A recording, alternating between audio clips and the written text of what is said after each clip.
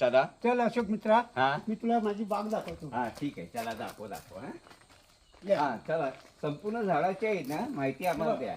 हा सुपारीचं झाड आहे, हो वरती सुपाऱ्या बांधलेल्या हा आहेत. हा बांधलेले आहेत, बरोबर आहे. त्यानंतर हे चिकूचं झाड आहे, हा चिकू पण बांधलेले आहेत, त्याच्यावरती चिकू सुद्धा बांधलेले आहेत. बरोबर. त्यानंतर या इकडे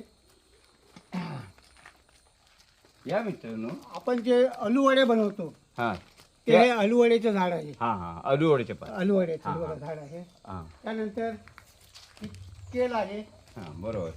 केळ केळी होतात. केळीचं आहे. हा त्यानंतर मी थोडीशी म्हणजे माझ्या घरच्यापुरती मी आल्याची लागवड केलेली आहे. आला आहे. आला हे आळ्याचं. आल्याचं हा लागवड ठीक आहे ठीक आहे. हा. त्यानंतर हे आपलं माडाचं झाड, नारळाचं झाड आहे. नारळाचं झाड आहे.